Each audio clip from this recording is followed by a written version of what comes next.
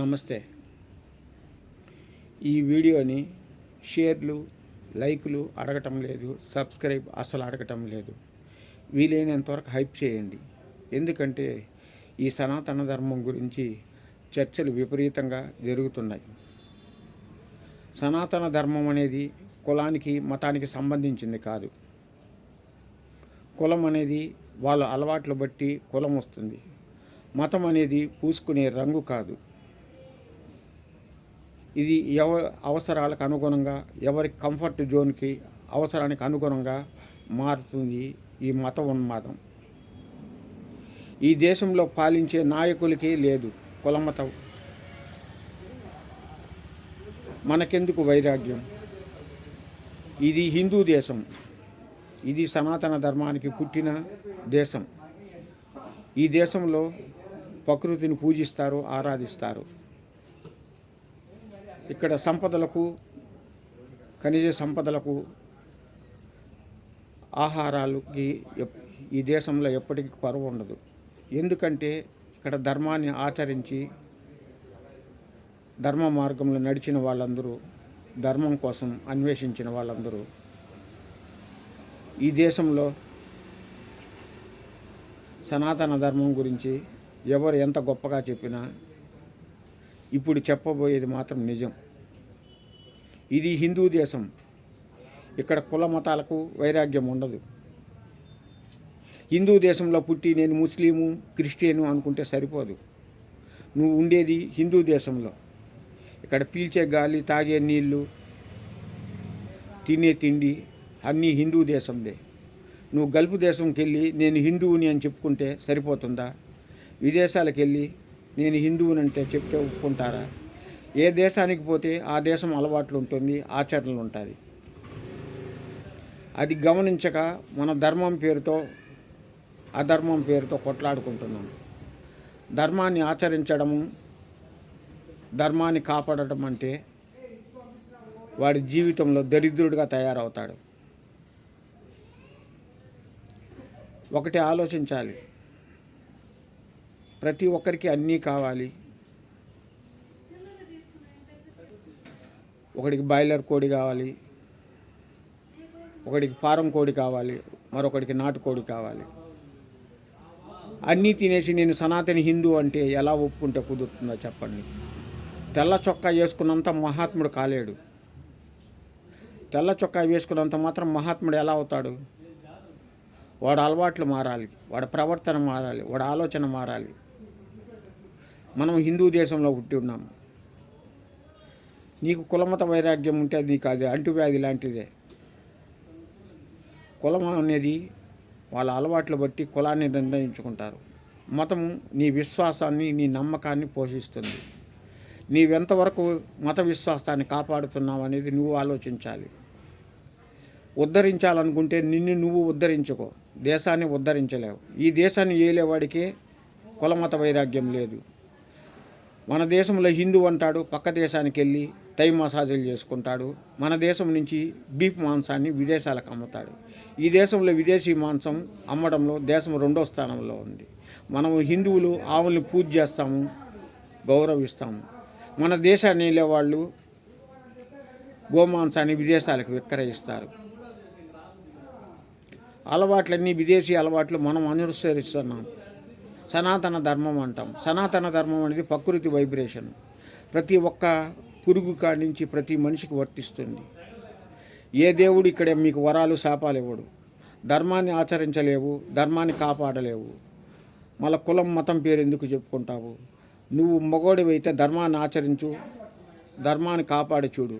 నీ మతం ఏదో, నీ కులం ఏదో నీకే తెలుస్తుంది. ఇది ఆలోచించకుండా కులమత వైరాగ్యంతో జనాలను కొట్టుకు సావడం, ప్రశ్నించడం, ఇది ఆఖరికి మన అంతానికే ఆరంభం అవుతుంది. ఇది ఆలోచించకుండా, దేశ భవిష్యత్తు ఆలోచించకుండా ఈ తరానికి, రేపటి తరానికి మనము ఏదైనా సమాధానం చెప్పాలనుకుంటే సమాంతర న్యాయం కోసం హిందూ దేశంలో ఉంటే హిందూ అని చెప్పుకోండి. కులమత వైరాగ్యాలు అవసరం లేదు. ఇక్కడ తింటుందన్నీ ఏ పంట ఎవడు పండిస్తున్నాడో తెలియదు, ఏ ఆహారం ఎక్కడి నుంచి వస్తుందో తెలియదు. కులమత వైరాగ్యం లేకుండా తినేస్తున్నాము. అలాంటప్పుడు మన కులమత వైరాగ్యం ఎందుకు? మతం అనేది నీ విశ్వాసానికి, నీ నమ్మకానికి ప్రశ్న. అది నువ్వు కాపాడలేవు. అలాంటి కాపాడలేని వాడికి కులమత వైరాగ్యం ఎందుకు? ప్రతి ఒక్కడు అవకాశవాది. అవకాశం కోసం రంగులు మారుస్తాడు, వేషాలు వేస్తాడు, మాట మారుస్తాడు, అన్నీ చేస్తాడు. వాడు సనాతని హిందూ అంటాడు, సనాతని ముస్లిం అంటాడు, సనాతని క్రిస్టియన్ అంటాడు. ఒకటి ఆలోచించాల్సింది, ఎవడు దరిద్రాన్ని ఎవడు బాగు చేయలేడు. వాడు ఆలోచన బాగుంటే వాడే భగవంతుడు అవుతాడు. వాడు ఆలోచన మార్పు సరిగ్గా లేదంటే వాడు నిజంగానే దరిద్రుడు అవుతాడు. ఈ కుల మతాలను రెచ్చగొట్టే వాళ్ళ అవకాశవాదులు, మత ఉన్మాదులు. దేశ భవిష్యత్తే కాకుండా ప్రజల భవిష్యత్తును కూడా అంధకారంలోకి నెట్టేసే పాలేగాళ్ళు. ఇది ఆలోచించడం మానేసి నేను హిందువుని, నేను సెక్యులర్ని అనుకుంటే మత ఉన్మాద దేశంగా మార్చేశారు. ఈ దేశ భవిష్యత్తు అయినా, నీ భవిష్యత్తు అయినా ప్రతి ఒక్కరి సమిష్టి కృషితోనే దేశ భవిష్యత్తు నిర్ణయించబడుతుంది. హిందూ దేశంలో పుట్టి అన్ని అలవాట్లను అలవర్చుకుంటున్నాము, హిందూ అని చెప్పుకుంటున్నాము. మనం ఎంతవరకు కరెక్ట్గా ఉన్నామనేది ఆలోచించాలి. మన ఆలోచన కరెక్టు అనుకునే ధోరణిలో చాలామంది ఉన్నారు. మన ఆలోచన ధోరణి కరెక్ట్గా లేనప్పుడు మనం హిందూ అని ప్రశ్నించలేము. ఈ దేశంలో హిందువులంటే వ్యాపారం అయిపోయింది. దేవుడి పేరుతో వ్యాపారం అయిపోయింది, కులం పేరుతో వ్యాపారం అయిపోయింది, మతం పేరుతో వ్యాపారం అయిపోయింది. దేశ భవిష్యత్తు అంతా అంధకారం చేసేస్తున్నారు. ఇది ఆలోచించడం మానేసి కులమత వైరాగ్యాలతో కొట్టుకు చేస్తున్నారు. చచ్చేటప్పుడు నిన్ను ఆకాశంలో పూడ్చరు, బంగారు తొడిగి ఎమ్మి పూడ్చరు, అందరినీ ఈ మట్టిలోనే పూడస్తారు. అలాంటప్పుడు నువ్వు పూడ్చే భూమికి కులమతం లేదు, నీకెక్కడి నుంచి వచ్చింది? నువ్వు తినే తిండికి లేదు, నువ్వు తాగే నీరుకి లేదు, ఇవన్నిటికీ కులం మతం లేదు. నీకెందుకు కులం మతం వచ్చింది?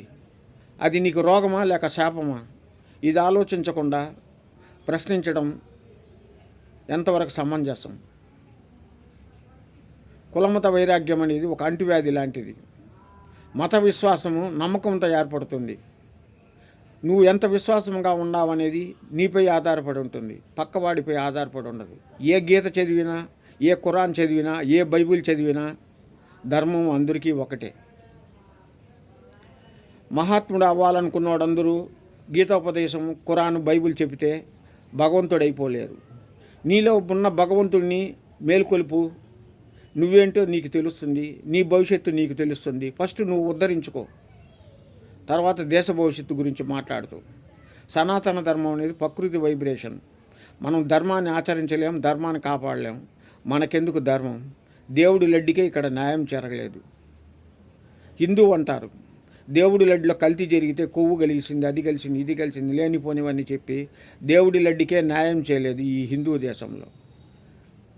ప్రజలు బలమైన వాళ్ళంటే ప్రజలు బలహీనులే. నాయకులే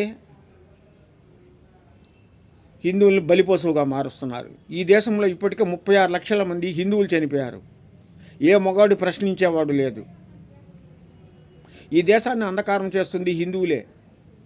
హిందువులు ఐక్యత లేదు, సోదరభావం లేదు, సమానత్వం లేదు. కులం మతం గురించి మాట్లాడతారు, దేవుళ్ళ గురించి మాట్లాడతారు. మనకు అన్నీ కావాలి. ఇది ఆలోచించడం మానేసి కులమత వైరాగ్యాన్ని సృష్టిస్తారు. నిన్ను పాలించేవాడికే కులమత వైరాగ్యం లేదు.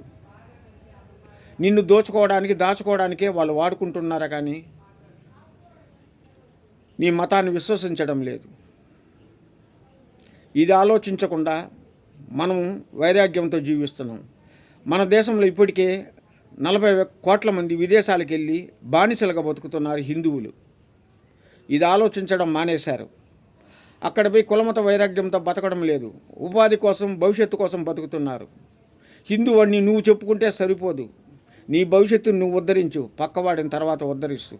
నీ సమస్య నీ ఇంటి వరకే ఉంటుంది, పక్కవాడి దగ్గరికి రాదు. సమస్యలు కన్నీళ్ళు ప్రతి ఒక్కరికి అనివార్యమే.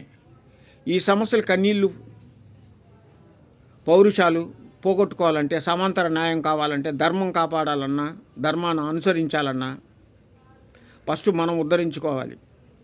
నీ టాలెంట్ని నువ్వు నిరూపించుకో, తర్వాత పక్కవాడి గురించి ఆలోచిస్తాం. ఒక్కటి మాత్రం నిజం, ఈ దేశంలో హిందూ దేశం చరిత్ర ఆధారానికి ఆధ్యాత్మిక దేశమైన ఎంతమంది గీతోపదేశాలు చేసినా, ఎన్ని ఖురానాలు చదివినా, ఎన్ని బైబిల్ చదివినా ఇది హిందూ దేశం. హిందువులకు ఇది పుట్టినిల్లు. ఇది గౌరవప్రదమైన దేశం. ఇక్కడ సంపదకి, కూటికి, గుడ్డకి కరువు లేని దేశం. అలాంటి దేశాన్ని విదేశాలకు విస్తరించి మనల్ని బానిస చేస్తున్నారు. ప్రశ్నించలేని వాళ్ళన్నీ మూగవాళ్ళుగా హిందువులు తయారవుతున్నారు. రకరకాల పేర్లు పెట్టి మనల్ని పిలుస్తున్నాం. మనం ప్రశ్నించలేకుండా మూగవాళ్ళుగా, ఐక్యత లేక, సమానత్వం లేక, మన భవిష్యత్తే కాకుండా దేశ భవిష్యత్తును అంధకారం చేసి రేపటి తరానికి హిందువులు లేకుండా నాశనం చేస్తుంది ఇది హిందువులే. తెగింపు లేని పోరాటం మనిషిని అంధకారం చేస్తుందే కానీ దేశ భవిష్యత్తు కాపాడదు. ఇది ఆలోచించాల్సింది ప్రజలే. సనాతని హిందూ అంటే సరిపోదు. ధర్మాన్ని కాపాడు, ధర్మాన్ని రక్షించు, ధర్మాన్ని అవలంబించు. ఆ ధర్మమే నిన్ను కాపాడుతుంది. అదే సనాతన ధర్మం. Thank you.